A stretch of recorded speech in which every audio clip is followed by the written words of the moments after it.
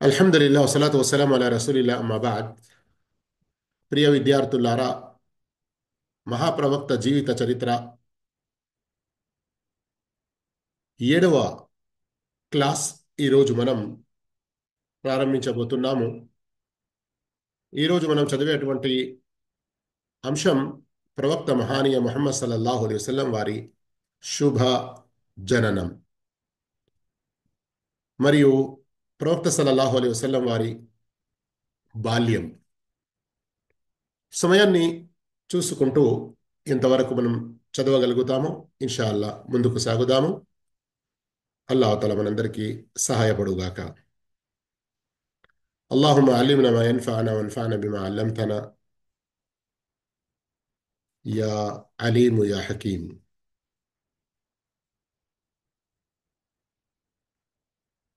అర్రహీకుల్ మఖ్తూమ్ మహాప్రవక్త సల్లల్లాహు అలైహి వసల్లం వారి జీవిత చరిత్రలో 7వ ఈనాటి క్లాసులో మనం శుభ జననం, 40 ఏళ్ల పవిత్ర జీవితం. శుభ జననం. ప్రవక్త సల్లల్లాహు అలైహి వసల్లం మక్కాలో షిఅబే బనీ హాషిం అనే చోట ఫీల్ సంఘటన జరిగిన మొదటి సంవత్సరం రబీఉల్ అవ్వల్ మాసం 9వ తారీఖున సోమవారం పూర్వ సంధ్యా సమయాన జన్మించారు. అప్పుడు నౌషీరువా పట్టాభిషేకమై 40 సంవత్సరం నడుస్తుంది. క్రీస్తు శకం ఏప్రిల్ నెల 20 లేదా 22వ తారీఖు. ఇక్కడ 21 రాసి ఉన్నది మీరు చూస్తున్నారు, కానీ వాస్తవానికి మన ఉర్దూ అర్రహీకుల్ మక్తూమ్ కానివ్వండి, ఇక్కడ చూడవచ్చు మీరు 22వ తారీఖు అని ఉంది. లేదా అలాగే అరబీ అర్రహీకుల్ మక్తూమ్ ఇంకా వేరే సీరత్ గ్రంథాల్లో కూడా 22 అన్న ప్రస్తావన ఉంది. 20 ఏప్రిల్ నెల యొక్క 20 లేదా 22వ తారీఖు 571వ సంవత్సరం. అది అల్లామా మొహమ్మద్ సులైమాన్ మన్సూర్పూరి రహమతుల్లా అలై మరియు మెహమూద్ పాషా ఫల్కి పరిశోధన ఇది. ఈ పరిశోధన దేని గురించి? ప్రవక్త పుట్టిన తేదీ గురించి. వారి యొక్క పరిశోధన ప్రకారం రబీఉల్ అవ్వల్ 9వ తారీఖు ఏప్రిల్ నెల 20 లేదా 22వ తారీఖు. మరి ఈ విధంగా రెండిట్లో ఏదో ఒకటి ఉంటుంది. ఎందుకు కన్ఫ్యూజన్ అంటే అరబీ తారీఖు మరియు ఇంగ్లీష్ తారీఖులో రోజుల 9 రోజుల డిఫరెన్స్ అనేది ఉంటుంది సంవత్సరంలో. ఇబ్నె సాద్ ఉల్లేఖనం ప్రకారం ప్రవక్త సల్లల్లాహు అలైహి వసల్లం గారి మాతృమూర్తి ఆమిన ఇలా చెప్పారని ఉంది. ప్రవక్త సల్లల్లాహు అలైహి వసల్లం జన్మించినప్పుడు నా శరీరం నుండి ఓ జ్యోతిర్మయ కాంతి బయటకు వచ్చింది. దీని ఫలితంగా సిరియా మహల్లు అంటే ప్యాలెసెస్ వెలిగిపోయాయి. ఇమాం అహ్మద్ రహిమహుల్లా ఈ విషయానికి సంబంధించిన ఓ ఉల్లేఖనాన్ని హజరత్ ఇర్యాద్ బిన్ సారియా చెప్పినట్టు తన గ్రంథంలో ఉటంకించారు. ఈ హదీస్ ముస్నద్ అహ్మద్లో ఉంది, 17,163 హదీస్ నంబర్. అలాగే సహీ ఇబ్న్ హిబ్బాన్లో కూడా ఉంది, హదీస్ నంబర్ 6404. అల్లాహు అక్బర్. కొంచెం ఒక్క క్షణం.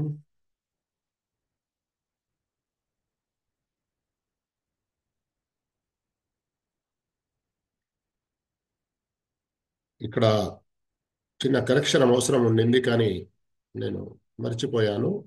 అసలు పేరు ఇర్బాబ్, ఇరియాజ్ అని అరియాజ్ అని రాశారు. బహుశా అది చూడటంలో ఏదైనా మిస్టేక్ అయి ఉంటుంది అని అనుకుంటున్నాను.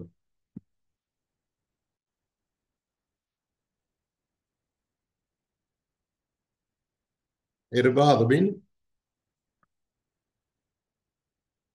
సారియా. అయితే సహాబియ రసూల్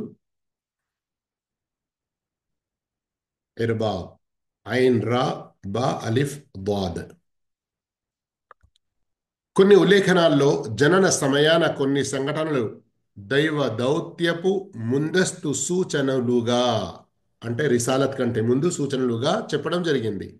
అంటే కిస్రా దర్బారులోని 14 స్తంభాలు పడిపోయాయి, అగ్ని ఆరాధకులైన మజూసుల అగ్నిగుండం చల్లారిపోయింది. సావా సముద్రం ఎండిపోయింది. దాని చుట్టుపట్ల గల చర్చీలు పడిపోయాయి. ఇలాంటి విషయాలన్నీ బైహకీ ప్రవచనంలో వచ్చాయి. అయితే ముహమ్మద్ గజాలి రెహమహుల్లా ఇది సరైనది అని ఒప్పుకోరు. అంటే ఇలాంటి విషయాలు సహీ హదీస్లో రుజువు లేవు. జననం తర్వాత ప్రవక్త సల్లల్లాహు అలైహి వసల్లం గారి మాతృమూర్తి ఈ శుభవార్తను అబ్దుల్ ముత్తలిబ్కు చేరవేశారు. ఆనంద పరవశులై పరుగున అక్కడికి వచ్చారు ఆయన. శిశువును కాబా గృహంలోనికి తీసుకుని వెళ్ళి అల్లాహకు కృతజ్ఞతలు తెలుపుకుంటూ ప్రార్థించారు. ఆ శిశువు పేరు ముహమ్మద్ అని పెట్టారు. ఈ పేరు అరబియాలో చెలామణిలో ఉన్న పేరు కాదు. అప్పట్లో అరబ్బు సంప్రదాయం ప్రకారం 7వ రోజు హత్నా సుంతి చేశారు. అయితే ఈ సుంతి చేసిన విషయం ఈ గ్రంథాల్లో ఉంది. ఇమాం ఇబ్ను అబ్దుల్ బర్, ఇమాం ఇబ్నుల్ ఖయ్యిం రెహమహుల్లా తమ రచనల్లో ఆధారాలతో పేర్కొన్నారు. కానీ ఇక్కడ తెలుసుకోవాల్సిన మరొక విషయం ఏమిటంటే, ప్రవక్త సల్లల్లాహు అలైహి వసల్లం సున్నతి చేయబడిన ఖత్నా చేయబడిన స్థితిలో పుట్టారు అని కొందరు అంటారు. దానికి ఎలాంటి ఆధారం లేదు. ప్రవక్త సల్లల్లాహు అలైహి వసల్లంకు తల్లి తరువాత అందరికంటే ముందు అబూ లహబ్ బానిసరాలు సూబియా అని ఇక్కడ చూస్తున్నారు మీరు, కానీ అసలు పేరు సువైబా. సువైబా పాలు పట్టింది. అప్పుడు ఆమెకు మస్రూహ్ అనే పాలు త్రాగే తనయుడు ఉన్నాడు. సువైబా పెరియ ప్రవక్త సల్లల్లాహు అలైహి వసల్లం కంటే పూర్వం అబ్దుల్ ముత్తలిబ్ కుమారుడు హంజాకు కూడా పాలు పట్టింది. ప్రవక్త సల్లల్లాహు అలైహి వసల్లం తర్వాత ఈమె అబూ సల్మా బిన్ అబ్దుల్ అసద్ మఖ్జూమీకి కూడా పాలు పట్టింది. అంటే అర్థమైంది కదా, అబూ లహబ్ యొక్క బానిసరాలు సువైబా ప్రవక్తకు పాలు పట్టింది. ప్రవక్త యొక్క పినతండ్రి బాబాయి హంజా ఉన్నారు కదా, ఆయనకు పాలు పట్టింది. అలాగే అబూ సలమా బిన్ అబ్దుల్ అసద్ అనే ఒక వ్యక్తి, ఆయనకు కూడా ఆమె పాలు త్రాపించింది. బని సాద్ తెగలు అరేబియా ప్రజల సంప్రదాయం ప్రకారం వారు తమ పిల్లలను నగర వాతావరణానికి దూరంగా రోగాల నుండి రక్షణ కోసం పాలు పట్టే బద్వీ స్త్రీలకు, బద్వీ అంటే పల్లె పల్లె స్త్రీలకు అప్పజెప్పేవారు. అదే కాదు, పల్లె వాతావరణంలో పెరగడం వల్ల వారి శరీరం దృఢంగా సౌష్ఠవంగా మారాలని, పైపెచ్చు చిన్నప్పటి నుండే స్వచ్ఛమైన అరబీ ఉచ్చారణ నేర్చుకోవాలని కోరేవారు. ఈ సంప్రదాయం ప్రకారమే అబ్దుల్ ముత్తలిబ్ పాలు పట్టే దాయాను వెదుకనారంభించారు. మీరు ఇక్కడ గమనించారు కదా, ఈ పారాగ్రాఫ్లో మక్కా నగరంలోని సర్వసామాన్యంగా ప్రజలు తమ చిన్న పాలు తాగే అటువంటి పిల్లలకు మక్కా నగరం నుండి బయట ఒక పల్లె వాతావరణంలో ఉంచి ఎందుకు అక్కడ పాలు త్రాగించేవారు? పల్లె వాతావరణంలో పెరగడం వల్ల వారి శరీరం దృఢంగా సౌష్ఠవంగా మారాలని, పైపెచ్చు చిన్నప్పటి నుండే స్వచ్ఛమైన అరబీ ఉచ్చారణ నేర్చుకోవాలని. ఇలా ప్రవక్త సల్లల్లాహు అలైహి వసల్లంను అబూ దువైబ్ కుమార్తె అయిన హలీమాకు అప్పజెప్పడం జరిగింది. ఈమె బను సఅద్ బిన్ బకర్ తెగకు చెందిన మహిళ. ఈమె భర్త పేరు హారిత్ బిన్ అబ్దుల్ ఉజ్జా. అయితే అబూ కబ్షా పేరున పిలువబడేవాడు. ఈయన కూడా బనీ సఅద్ తెగలోని వ్యక్తే. తల్లి పాలు త్రాగే విషయంగా ప్రవక్త సల్లల్లాహు అలైహి వసల్లంకి సోదరులైన హారిస్ సంతానం వీరు. పాల సంబంధ రీత్యా ఎవరు సోదరులు అవుతారు ఆ విషయం చెప్తున్నారు. ఒకరు అబ్దుల్లా, రెండో వారు అనీసా. ఇక మూడో వారు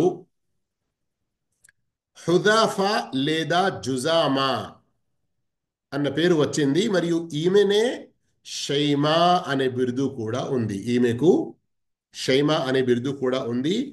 ఈ షైమా అనే పేరునే ఆమె బాగా గుర్తించబడేది.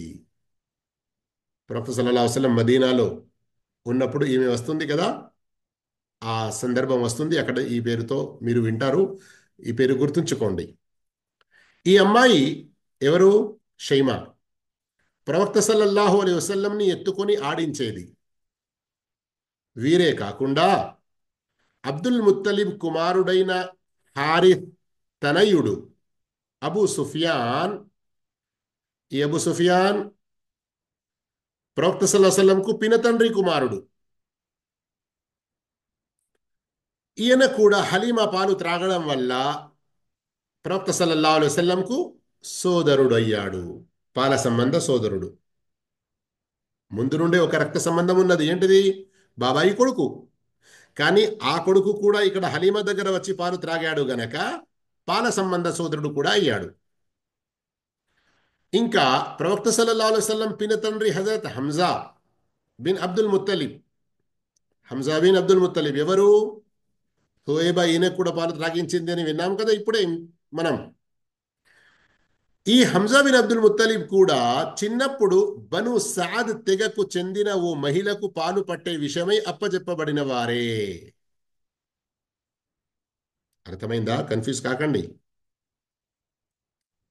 అక్కడి ఆనాటి కాలంలోని అరబ్బుల అలవాటు, మన వ్రత సదస్సుల ముందు కన్న తల్లి పాలు త్రాగారు కొద్ది రోజులు మాత్రమే. తర్వాత అబూలహబ్ బానిస థువైబా పాలు త్రాగారు. ఇది కొద్ది రోజులు మాత్రమే.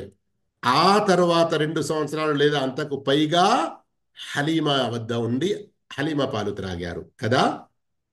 అయితే ప్రవక్త పినతండ్రి హజరత్ హంజా, ఆయన కూడా స్థువైబా పాలు త్రాగి ఉన్నారు ముందు. మరియు ఆయన కూడా ఈ హలీమా యొక్క దగ్గరి బంధువు ఒక స్త్రీ, ఆమె పేరు తెలియదు, ఆమె యొక్క పాలు కూడా తాగారు. ఈ విధంగా హంజా రదియల్లాహు తాలా అన్హు ప్రవక్త వారికి పినతండ్రియే కాకుండా డబల్ పాల సోదరుడయ్యాడు. ఇది ఒకసారి చూద్దాం. మీరందరూ పడుకున్నారా లేకుంటే మేల్కొని ఉన్నారా? డబల్ పాల సోదరుడయ్యాడు అంటే ఏంటి ఒకసారి చెప్పండి మీరు మైక్ ఆన్ చేసుకొని. బను సాద్ వంశస్థుల యొక్క పాలు ముహమ్మద్ సుల్లాం గారు, ఆ తర్వాత మన హంజర్ దినానికి వారు కూడా తాగారు కాబట్టి డబుల్ పాలు లేదు, తాగినట్టు. డబల్ అంటున్నాను నేను. అంటే అంటే ఫస్ట్ చిన్నగా ఉండి మళ్ళా తర్వాత ఈయన తమ్ముడులాగా ఇప్పుడు సోదరులాగా కూడా తాగుతారు కదా షేక్. ఇప్పుడు తమ్ముడు కాదు, తర్వాత కాదు, పాల అన్న సంబంధ సోదరుడు డబల్ అంటున్నాను నేను. అలాది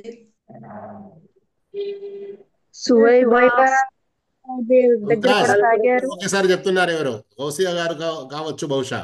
చెప్పండి. సరే సువైబా వాళ్ళు తాగారు, మళ్ళీ హలీమా పాలు తాగారు కాబట్టి ఇద్దరు డబల్ సోదరులు. బారకల్లాహు ఫీ ఇల్మిక్. పినతండ్రి అది అబ్దుల్లా యొక్క సోదరుడు కావడం వల్ల బాబాయి అవుతున్నాడు, పినతండ్రి అవుతున్నాడు. అది పినతండ్రి సంబంధం, అది వేరు. ఇక్కడ పాల సంబంధ సోదరుడు డబల్ అయ్యాడు అని అంటే ఇంతకుముందు చెప్పాము కదా, హంజా హువైబా పాలు కూడా తాగారు, మన ప్రవక్త కూడా తాగారు. మరియు ప్రవక్త బను సాద్ తెగలో వచ్చి హలీమా యొక్క పాలు తాగారు. హంజా కూడా బను సాద్కు వచ్చి, అంటే మన ప్రవక్త కంటే కొంచెం ముందు, ఎందుకంటే వయసులో పెద్ద కదా ఆయన, బను సాద్ తెగలో వచ్చి హలీమా యొక్క చాలా దగ్గరి బంధువు లేదా ఎవరు ఒక పాలు త్రాగారు. దాని కారణంగా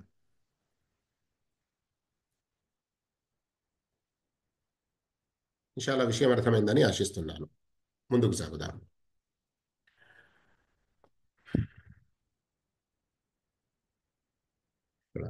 దైవ ప్రవక్త సల్లల్లాహు అలైహి వసల్లం పినతండ్రి హజరత్ హంజా బిన్ అబ్దుల్ ముత్తలిబ్ కూడా చిన్నప్పుడు బను సాద్ తెగకు చెందిన ఓ మహిళకు పాలు పట్టే విషయమై అప్పజెప్పబడిన వారే. ఈ మహిళ కూడా ఓ రోజున, గమనించండి, ఈ మహిళ కూడా ఓ రోజున హలీమా ఒడిలో ఉన్న దైవ ప్రవక్త సల్లల్లాహు అలైహి వసల్లంను ఎత్తుకొని పాలు పట్టేసింది. హంజా ఏ స్త్రీతో పాలు త్రాగారో మన ప్రవక్త హలీమా వద్ద ఉన్నప్పుడు ఆ స్త్రీ ప్రవక్తకు కూడా పాలిచ్చింది. ఈ విధంగా డబల్ పాల సోదరుడయ్యాడు. ముందు హువైబా కారణంగా, తర్వాత ఈ మహిళ యొక్క పాలు త్రాగడం కారణంగా. ఇలా ప్రవక్త సల్లల్లాహు అలైహి వసల్లం హజరత్ హంజాకు రెండు వైపుల నుండి సోదరుడవుతాడు. ఒకటి సువైబా మాధ్యమంగా, రెండు బను సాద్కు చెందిన ఈ మహిళ మాధ్యమంగా. పాలు పట్టే కాలంలో హజరత్ హలీమా దైవ ప్రవక్త సల్లల్లాహు అలైహి వసల్లం గారి వలన కలిగిన శుభాలను చూసి సంభ్రమాశ్చర్యాలకు గురైనారు. హజరత్ హలీమా ఇలా చెప్పారని ఇబ్న్ ఇస్హాక్ ఉల్లేఖించారు. నేను నా భర్త వెంట పాలు త్రాగే కుమారుణ్ణి ఎత్తుకొని బను సాద్కు చెందిన కొందరు స్త్రీలతో ఊరిని వదిలి పాలు త్రాగే పిల్లలను వెదుకుతూ బయలుదేరాము. అది కరువు కాలం. కరువు వల్ల ఎవరి వద్ద ఏమీ మిగల్లేదు. నేను నా తెల్ల కంచెర గాడిదను ఎక్కి ఉన్నాను.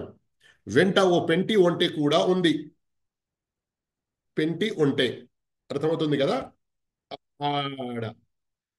కానీ అది ఓ చుక్క పాలు ఇస్తే ఒట్టు. ఇటు ఆకలికి నా పిల్లవాడు ఏడవడం వల్ల రాత్రి వేళల్లో మాకు నిద్ర కూడా కరువైంది. నా వక్షస్థలంలోనూ పాల చుక్క లేదు. ఒంటె పాలిచ్చేదీ కాదు. మేము వర్షం కోసం ఎదురు చూస్తున్న రోజులవి. నేను నా కంచెర గాడిదను ఎక్కి బయలుదేరగా అది బలహీనంగా బక్కచిక్కి ఉండడం వలన, అడుగులో అడుగు వేసుకుంటూ నీరసంగా నడవడం వలన మా బిడారం వాళ్ళందరికీ చిరాకు కలుగుతుంది. ఎట్టకేలకు మేము పాలు త్రాగే పిల్లలను వెదుకుతూ మక్కా చేరాం. మాలో ప్రతి ఒక్కరూ ప్రవక్త సల్లల్లాహు అలైహి వసల్లంను చూపడం కూడా జరిగింది. అయితే ఆయన ఓ అనాథ బాలుడని తెలియగానే మేము ఆ పిల్లవానికి తండ్రి లేనందున తగిన ప్రతిఫలం లభించదనే ఉద్దేశంతో నిరాకరించి వెళ్ళిపోయాము.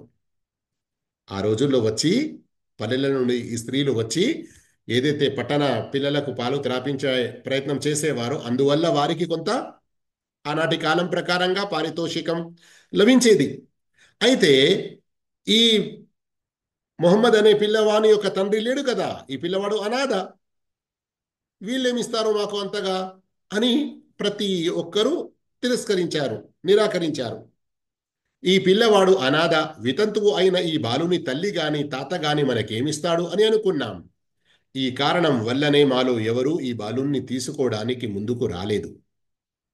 నా వెంట వచ్చిన స్త్రీలందరికీ ఎవరో ఒక పిల్లవాడు లభించాడు, కేవలం నాకే లభించలేదు. తిరుగు ప్రయాణం చేసే సమయం రాగానే నేను నా భర్తతో, అల్లాహ్ సాక్షి, ఇదేం బాగా లేదు. నా స్నేహితురాళ్ళందరూ పిల్లలను ఎత్తుకుంటే పిల్లవాడు లేకుండా నేను ఎలా తిరిగి వెళ్ళేది? వెళ్ళి ఆ పిల్లవాన్నే తీసుకువస్తానని చెప్పాను. పర్వాలేదు, బహుశా అల్లా ఇందులోనే మనకు శుభం కలిగించవచ్చని ధైర్యం చెప్పాడాయన. నేను వెళ్ళి ఆ అనాథ బాలున్నే ఎత్తుకున్నాను. కేవలం మరే బాలుడు లభించకపోవడమే దానికి కారణం.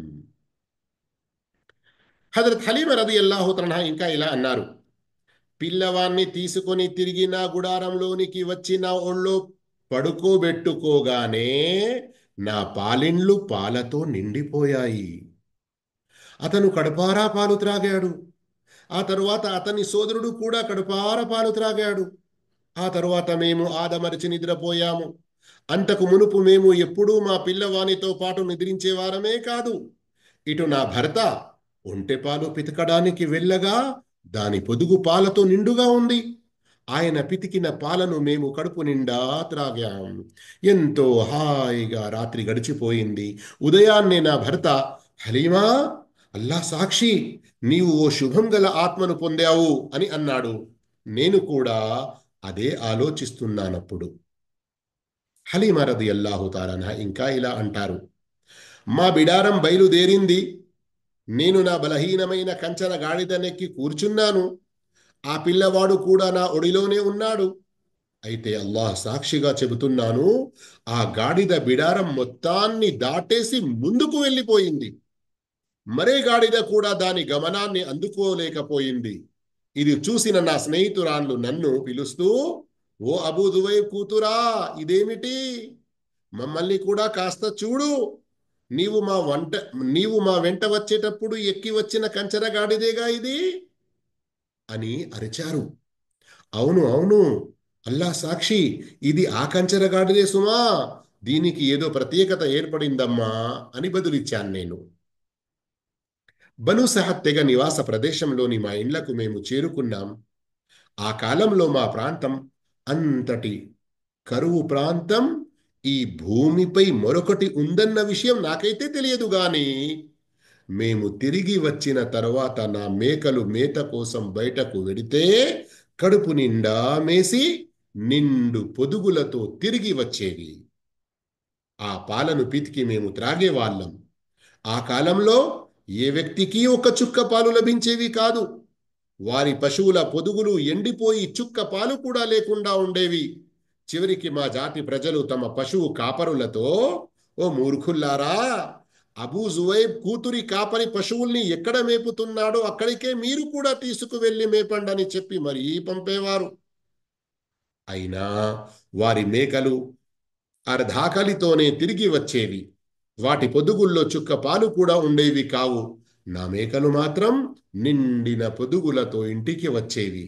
ఇలా మేము అల్లా తరఫున క్రమం తప్పకుండా శుభాల వృద్ధే జరుగుతున్నట్లు గమనిస్తూ పోయాం. బాలునికి 2 ఏళ్ల ప్రాయం వచ్చింది. పాలు పట్టడం మానేశాను. 2 ఏళ్లు పూర్తి అయ్యే లోపల ఈ బాలుడు ఇతర బాలురుల కంటే శారీరకంగా దృఢంగా అంగసౌష్ఠవంతో పెరిగిపోయాడు. ఆ తరువాత అతన్ని మేము అతని తల్లి వద్దకు తీసుకువెళ్ళాం. అయితే మేము అనుభవిస్తున్న శుభాలను దృష్టిలో ఉంచుకొని అతను మా వద్దనే ఉండాలనే అభిలాష మాలో పుట్టుకు వచ్చింది. అందుకని మేము అతని తల్లితో మాట్లాడాం.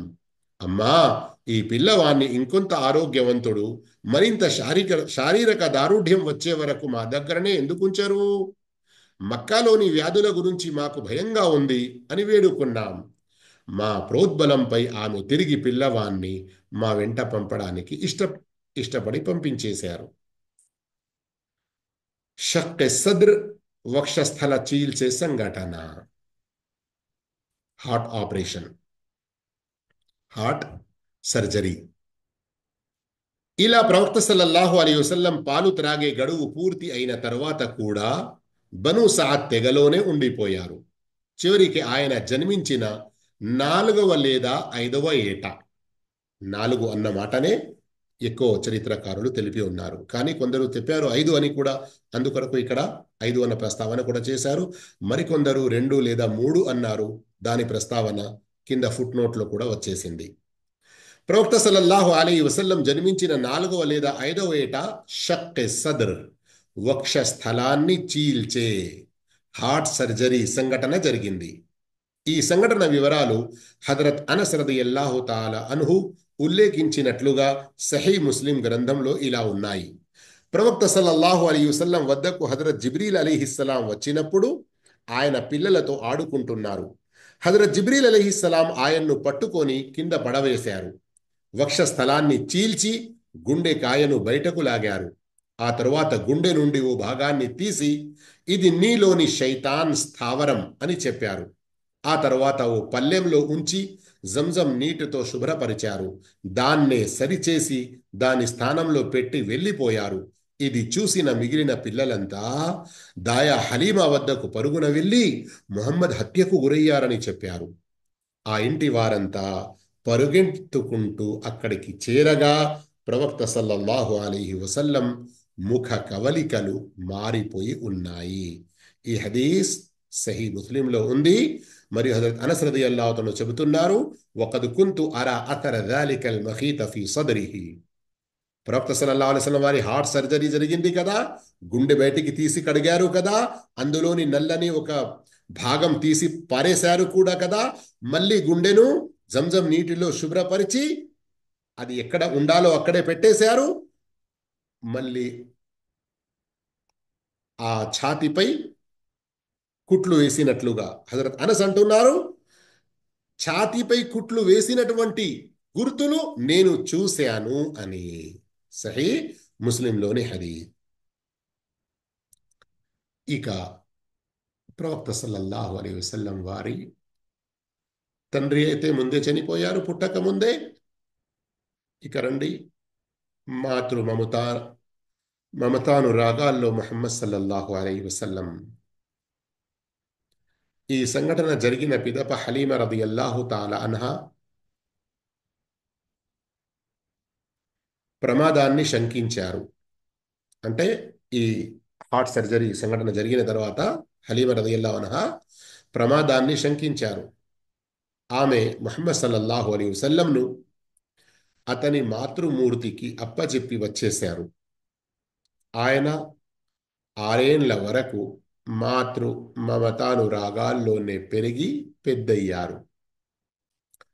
హజరత్ ఆమినాకు యస్రిబులో ఖననం అయి ఉన్న తన భర్త సమాధిని చూసి రావాలనే కోరిక కలిగింది. తన అనాథ తనయుడు ముహమ్మద్ సల్లల్లాహు అలైహి వసల్లం తన సేవకురాలు ఉమ్మె ఐమన్ను వెంట పెట్టుకొని సంరక్షకుడైన అబ్దుల్ ముత్తలిబ్ వెంట దాదాపు 500 కిలోమీటర్ల దూరాన ఉన్న మదీనాకు బయలుదేరారు. ఆ కాలంలో మక్కా నుండి మదీనా సుమారు 500, ఈ రోజుల్లో ఉన్నటువంటి హైవే రోడ్ ప్రకారంగా 435 కిలోమీటర్ల అలా ఉంటుంది. దాదాపు 500 కిలోమీటర్ల దూరాన ఉన్న మదీనాకు బయలుదేరారు. అయితే మదీనా మన ప్రవక్త సల్లల్లాహు అలైహి వసల్లం హిజ్రత్ చేసిన తర్వాత మదీనా అన్న పేరు పడింది. కానీ అంతకుముందు దాని పేరు యస్రిబ్. అక్కడ ఓ 1 నెల రోజులు ఉండి వెనుదిరిగారు.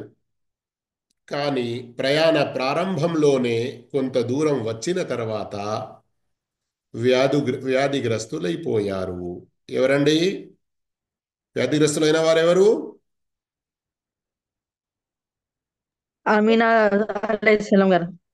ప్రవక్త వారి తల్లి ఆమినా.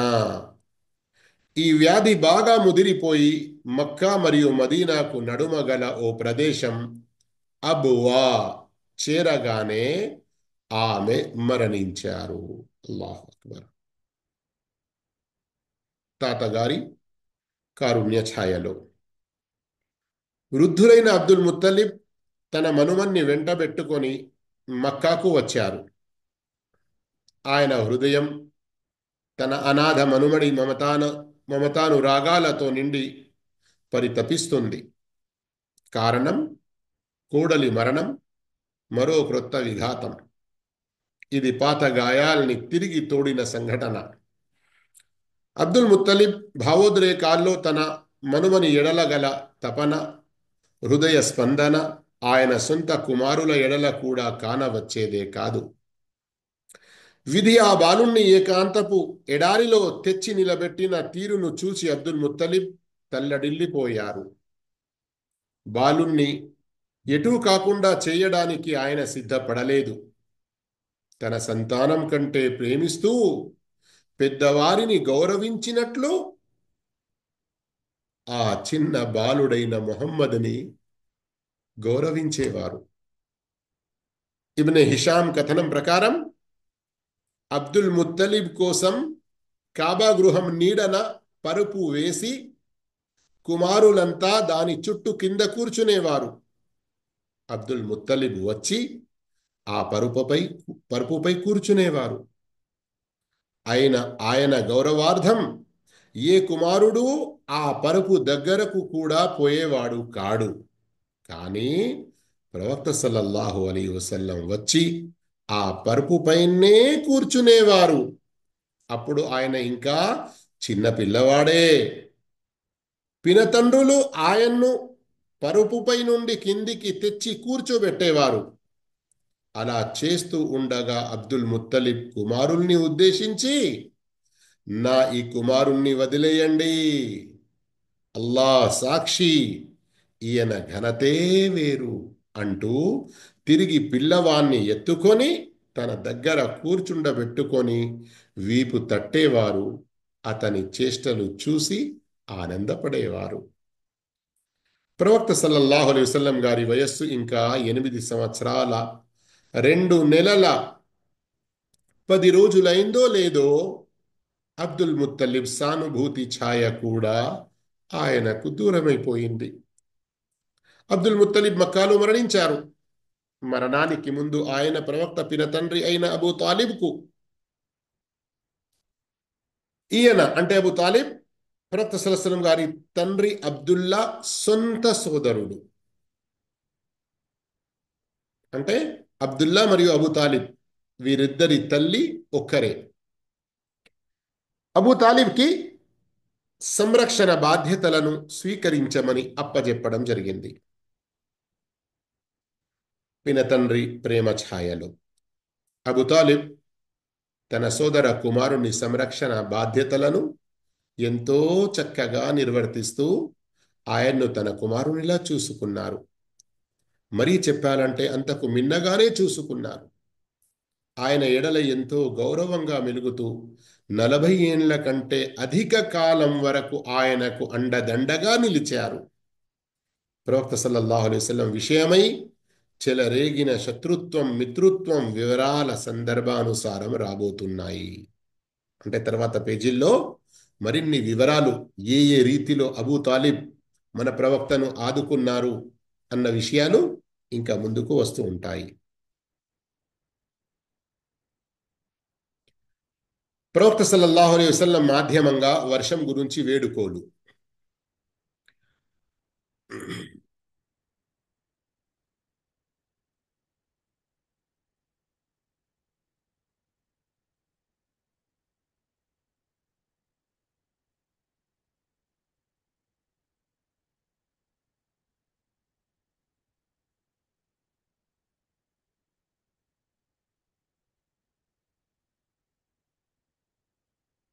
కొంచెం ఒక క్షణం అండి. బారకల్లాహు ఫీకుం.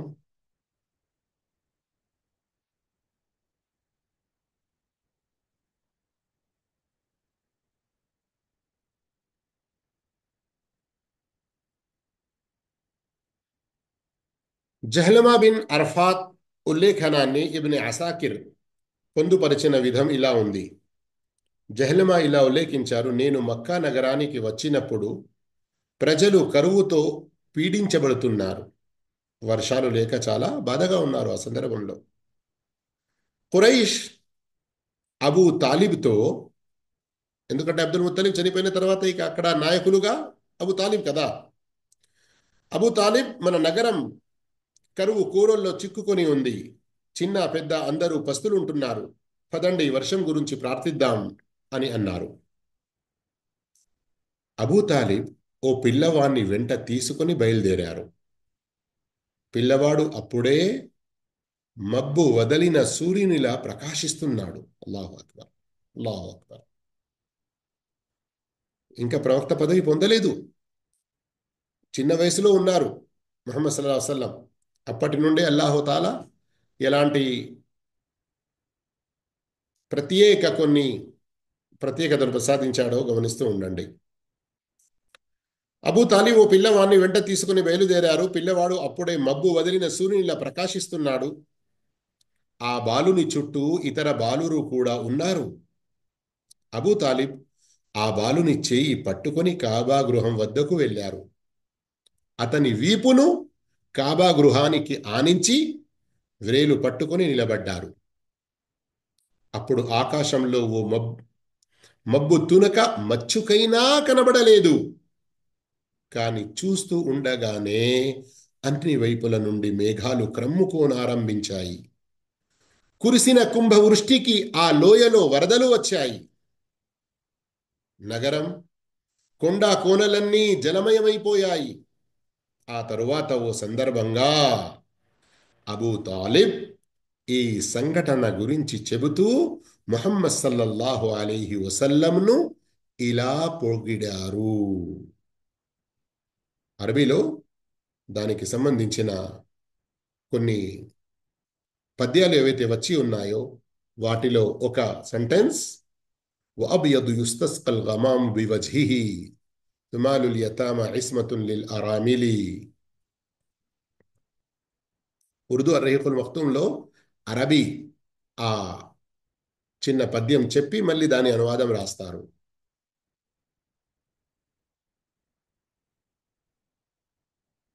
ఇక్కడ ఉంది చూడండి.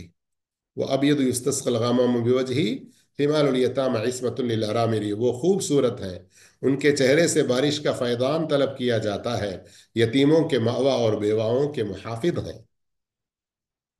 ఆయన అందగాడు, ఆయన ముఖరావిందం ద్వారా వర్షాన్ని కోరుకోవడం జరుగుతుంది. అనాథల ఆశ్రయం, వితంతువుల సంరక్షకుడాయన. అబూ తాలిబ్ ముహమ్మద్ సల్లల్లాహు అలైహి వసల్లం గురించి పద్యంలో కవిత్వ రూపంలో ఇలా ప్రశంసించారు.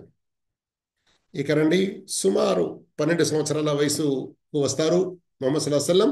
అప్పుడు సంఘటన జరుగుతుంది, దాని గురించి ఇప్పుడు చెప్పడం జరుగుతుంది, శ్రద్ధగా వినండి. క్రైస్తవ సన్యాసి బుహైరా అనుమానాస్పద ప్రామాణికతలు గల కొన్ని ఉల్లేఖనాల ప్రకారం, అంటే ఈ సంఘటన ఎగ్జాక్ట్లీ ఏ అనుమానం లేకుండా సహీ హదీసులతో రుజువు లేదు, అందుకనకి ఇక్కడ ఏమన్నారు, అనుమానాస్పద ప్రామాణికతలు గల కొన్ని ఉల్లేఖనాల ప్రకారం ప్రవక్త సల్లల్లాహు అలైహి వసల్లం గారి వయస్సు 12 ఏళ్ళు.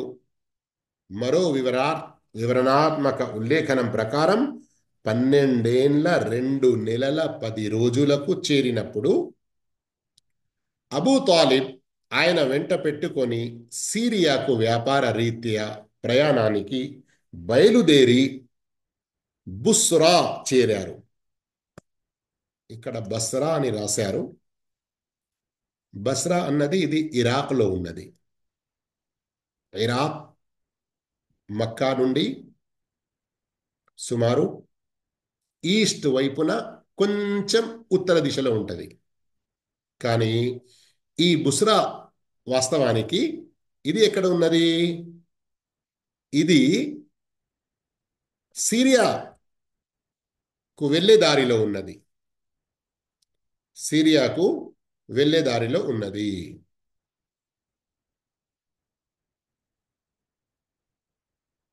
బుహైరా అని ఇక్కడ రాశారు, కానీ వేరే కొన్ని ఉల్లేఖనాల్లో ఆ క్రైస్తవ సన్యాసుని పేరు బహీరా అని ఉంది.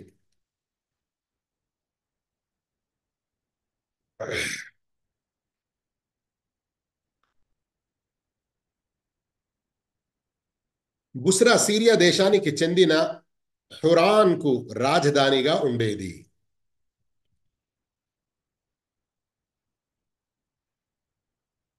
హురాన్ రోమనులు ఆక్రమించుకున్న అరేబియా ద్వీపకల్ప ప్రాంతాలకు రాజధాని అది. ఆ నగరంలో బుహైరా లేదా బహీరా అనే బిరుదుతో పిలువబడే జర్జీస్ అనే పేరు గల ఓ క్రైస్తవ సన్యాసి ఉండేవాడు. బిడారం అక్కడ విడిది చెయ్యగానే ఆ సన్యాసి తన చర్చి నుండి బయలుదేరి వారి వద్దకు వచ్చాడు. వారినందరినీ భోజనాలకు ఆహ్వానించాడు. ఇంతకు మునుపెన్నడూ ఈ సన్యాసి బయటకు వచ్చేవాడు కాదు. అతను ప్రవక్త సల్లల్లాహు అలైహి వసల్లంను, ఆయన గుణగణాలను చూసి గుర్తుపట్టాడు. ఆయన చేయి పట్టుకొని ఈయన విశ్వనాయకుడు, అల్లా ఈయన్ను కారుణ్యమూర్తిగా చేసి పంపిస్తాడు అని అన్నాడు. దానికి అబూ తాలిబ్, నీకు ఇదంతా ఎలా తెలుసు అని అడగ్గా ఆ సన్యాసి, మీరు ఈ లోయలో అడుగు పెట్టగానే ఇక్కడి ఏ చెట్టు ఏ రాయి ఆయనకు సాష్టాంగ పడకుండా లేదు. ఈ వస్తువులు ఓ ప్రవక్తకు తప్ప మరే దాని ఎదుట సాష్టాంగ పడవు. అదే కాదు, నేను ఈయనను ప్రవక్త గుర్తు ద్వారా కనుగొన్నాను. ఈ గుర్తు వీపుపై, మెడ క్రింద ఉన్న మెత్తటి ఎముకపై యాపిల్ ఆకారంలో ఉంది. ఇది మా గ్రంథాల్లో ఉన్న విషయం అని ఆ క్రైస్తవ సన్యాసి చెప్పాడు. ఆ తర్వాత బహీరా సన్యాసి అబూ తాలిబ్ను ఉద్దేశించి, వెంటనే ఈయన్ను వెనక్కు పంపించేయండి, సిరియాకు తీసుకొని వెళ్ళకండి, అక్కడ యూదుల ద్వారా ప్రమాదం పొంచి ఉంది అని చెప్పగా అబూ తాలిబ్ కొందరు బానిసల వెంట ఆయన్ను, అంటే ముహమ్మద్ సల్లల్లాహు అలైహి వసల్లంను మక్కాకు పంపించేశారు. 17 ఇక్కడ చూస్తున్నారు, ఫుట్ నోట్ నంబర్. ఈ సంఘటన యొక్క ఆధారాలు ఈ పుస్తకాల్లో ఉన్నాయి అన్నట్లుగా దానికి సంబంధించిన వివరాలు చెప్తున్నారు. ఇక రండి, ప్రవక్త సల్లల్లాహు అలైహి వసల్లం మరి కొంచెం పెరిగిన తర్వాత అప్పుడు మక్కాలో ఒక యుద్ధం జరుగుతుంది. ఫుజార్ అని అంటారు దాన్ని. ప్రవక్త సల్లల్లాహు అలైహి వసల్లం 15 ఏండ్ల ప్రాయంలో ఉన్నప్పుడు ఫుజార్ యుద్ధం సంభవించింది. 15. ఇది ఖురైష్ వారి మిత్రులు బను కనానాకు, కైస్ ఐలాన్కు నడుమ జరిగిన యుద్ధం. ఖురైష్ కనానాలపై సైన్యాధ్యక్షుడు హర్బ్ బిన్ ఉమయ్య. ఇతను తన వయస్సు, గౌరవం రీత్యా ఖురైష్ మరియు కనానాల దృష్టిలో పెద్దవాడు. యుద్ధంలో మొదట కైస్ తెగకే ఆధిక్యత లభించినప్పటికీ మధ్యాహ్నం అయ్యేసరికి కనానా సైన్యమే ఆధిక్యత సంపాదించింది. ఈ యుద్ధాన్ని ఫుజ్జార్ యుద్ధం అనడానికి కారణం ఏమిటంటే ఇది హరం, అల్లా యొక్క గృహం దగ్గర నిషిద్ధ మాసాలలో జరిగిన యుద్ధం. ఈ రెంటి గౌరవాన్ని మంటగలిపిన యుద్ధం. ఈ రెంటి గౌరవాన్ని, ఒక గౌరవం హరం హద్దులో, రెండవ గౌరవం నిషిద్ధ మాసాలు దుల్కాదా, దుల్హిజ్జా, ముహర్రం మరియు రజబ్. ఈ నిషిద్ధ మాసాలు కదా, 4 మాసాలు. అయితే ఈ 2 రకాల గౌరవాన్ని మంటగలిపిన యుద్ధం. ఈ యుద్ధంలో ప్రవక్త సల్లల్లాహు అలైహి వసల్లం కూడా పాల్గొన్నారు. ఆయన ఆ యుద్ధంలో తన పినతండ్రులకు అంబులను అందించారు. అంబులను అందించారు. ఆ తర్వాత ఒక మంచి సంఘటన జరుగుతుంది. దాని గురించి ప్రవక్త సల్లల్లాహు అలైహి వసల్లం మదీనాలో ఉన్నప్పుడు కూడా ప్రస్తావించారు.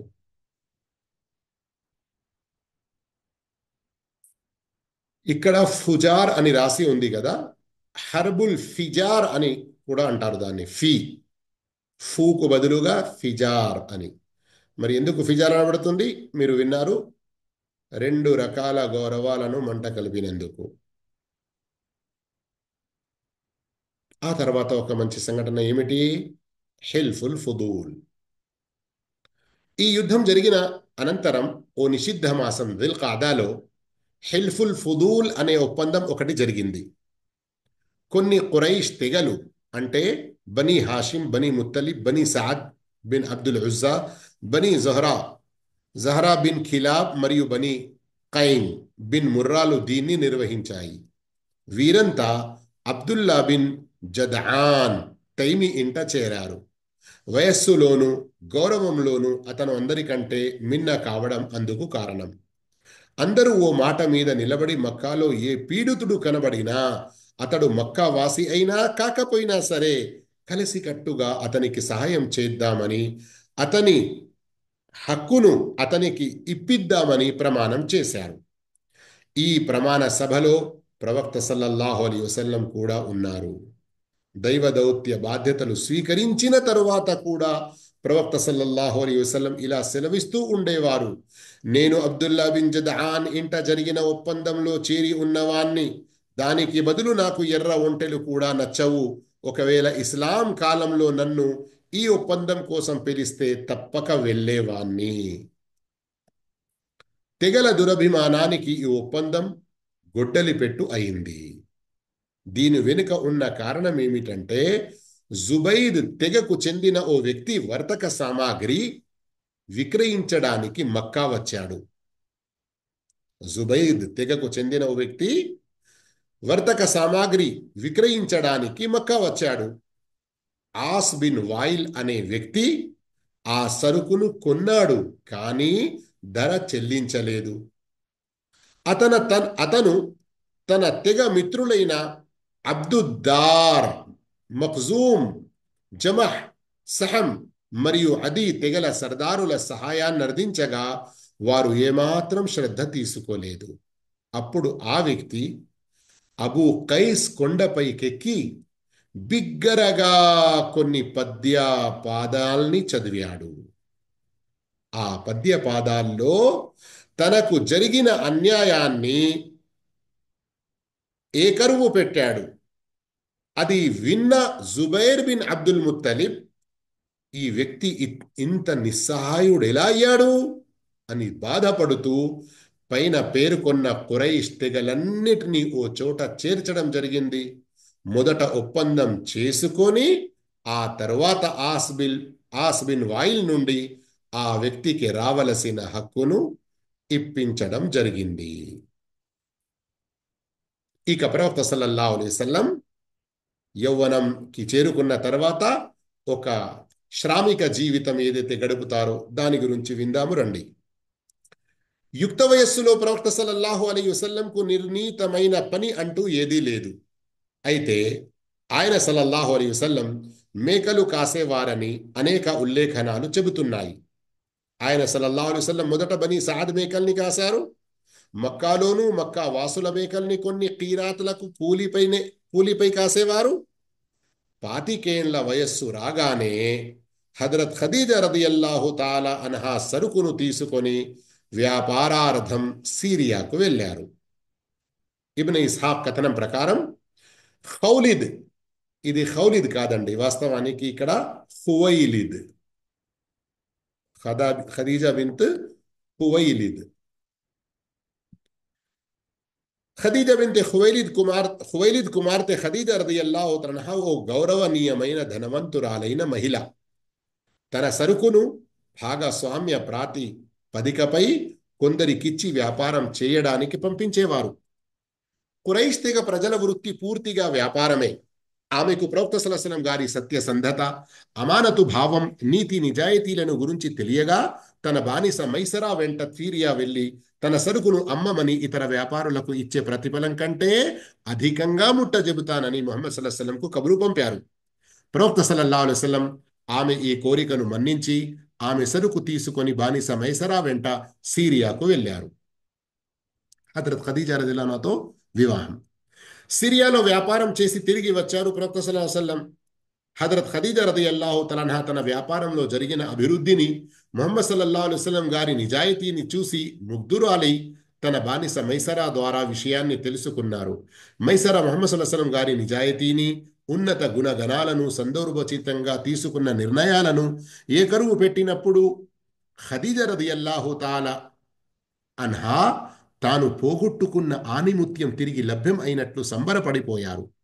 అంతకు పూర్వం గొప్ప గొప్ప సర్దారులు, ధనవంతులు ఆమెను వివాహమాడాలని ప్రయత్నం చేసినప్పటికీ ఆమె ఒప్పుకోలేదు. ఇప్పుడు ఆమె తన మనసులోని మాట తన స్నేహితురాలు నఫీసా బింతే ముంబాకు, ఇది వాస్తవానికి ముంబా కాదండి, ఇది బహుశా మునబ్బా, అవును,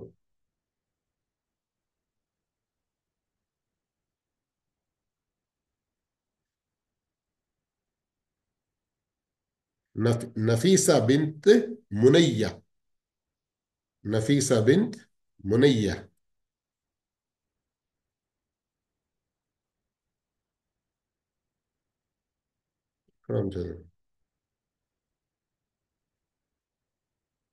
నఫీసా బింత్ మునయ్య, అది యా కానీ ఒక నుక్త మాదిరిగా కనబడుతుంది కనుక బహుశా మంబా అనుకున్నారు.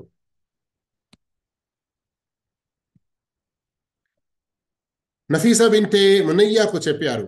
నఫీసా ప్రవక్త సల్లల్లాహు అలైహి వసల్లం దగ్గరకు వెళ్ళి మాట్లాడారు. ఆయన సల్లల్లాహు అలైహి వసల్లం వివాహానికి అంగీకరించి పినతండ్రులతో ఈ విషయమై చర్చించారు. వారు హజరత్ ఖదీజా రదియల్లాహు తన గారి పినతండ్రితో పెళ్లి సంబంధమై మాట్లాడారు. ఆ తరువాత వివాహం జరిగిపోయింది. నికాకు బనీ హాషిం తెగవారు, ముజర్ ధనవంతులందరూ హాజరయ్యారు. ఇది సిరియా దేశం నుండి తిరిగి వచ్చిన 2 నెలల తరువాత జరిగిన విషయం. ప్రవక్త సల్లల్లాహు అలైహి వసల్లం మహర్గా 20 ఒంటల్ని ఖదీజా రదియల్లాహు తన్హాకు ఇచ్చారు. అప్పుడు హజరత్ ఖదీజా రదియల్లాహు తన్హా గారి వయసు 40 సంవత్సరాలు. ఆమె వంశం, సంపద, వివేకం రీత్యా తన జాతిలోనే అతి గౌరవనీయురాలైన ఉత్తమ మహిళ. ప్రవక్త సల్లల్లాహు అలైహి వసల్లం వివాహం ఆడిన మొదటి మహిళ ఈమె. ఆమె జీవించినంత వరకు ప్రవక్త సల్లల్లాహు అలైహి వసల్లం మరో మహిళను వివాహం ఆడలేదు. ఒక్క ఇబ్రాహీం తప్ప ప్రవక్త సల్లల్లాహు అలైహి వసల్లం గారి తక్కిన సంతానమంతా ఆమె గర్భాన జన్మించిందే. ప్రథమంగా జన్మించింది కాసిం. ఆయన పేరు మీదనే ప్రవక్త సల్లల్లాహు అలైహి వసల్లంకు అబుల్ కాసిం అనే పేరు వచ్చింది. ఆ తర్వాత జైనబ్, రుకయ్య, ఉమ్మె కుల్థూమ్, ఫాతిమా రదియల్లాహు అన్హుమ్ అజ్మఈన్. అబ్దుల్లాహ్ కూడా ప్రవక్త సల్లల్లాహు అలైహి వసల్లం వారి కుమారులు జన్మించారు. అబ్దుల్లానే తయ్యిబ్ మరియు తాహిర్గా పిలిచేవారు.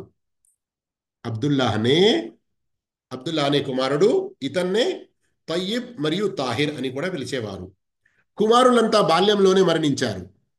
అయితే కుమార్తెలందరూ ఇస్లాం హయాం అంటే ఇస్లాం యొక్క రోజులు చూసిన వాళ్ళే. ఇస్లాం స్వీకరించి హిజ్రత్ గౌరవాన్ని పొందిన వారే. కానీ ఫాతిమా రదియల్లాహు తన్హా తప్ప మిగిలిన కుమార్తెలందరూ ప్రవక్త సల్లల్లాహు అలైహి వసల్లం గారి జీవిత కాలంలోనే పరమపదించారు. హజరత్ ఫాతిమా రదియల్లాహు తన్హా దైవ ప్రవక్త సల్లల్లాహు అలైహి వసల్లం మరణానంతరం 6 నెలల తర్వాత చనిపోయారు. ఏమంటారు? ఇక్కడి వరకు ఆపేసి ఇక్కడ నుండి ఇన్షా అల్లా వచ్చే పాఠంలో మనం చదివే ప్రయత్నం చేద్దాము. సుమారు ప్రవక్త సల్లల్లాహు అలైహి వసల్లం వారి వయసు 35 సంవత్సరాలకు చేరుకుంటుంది. అప్పుడు కాబా గృహం యొక్క నిర్మాణం జరుగుతుంది. ఏవైనా ముఖ్య ప్రశ్నలు ఉండేది ఉంటే మీరు అడగవచ్చు.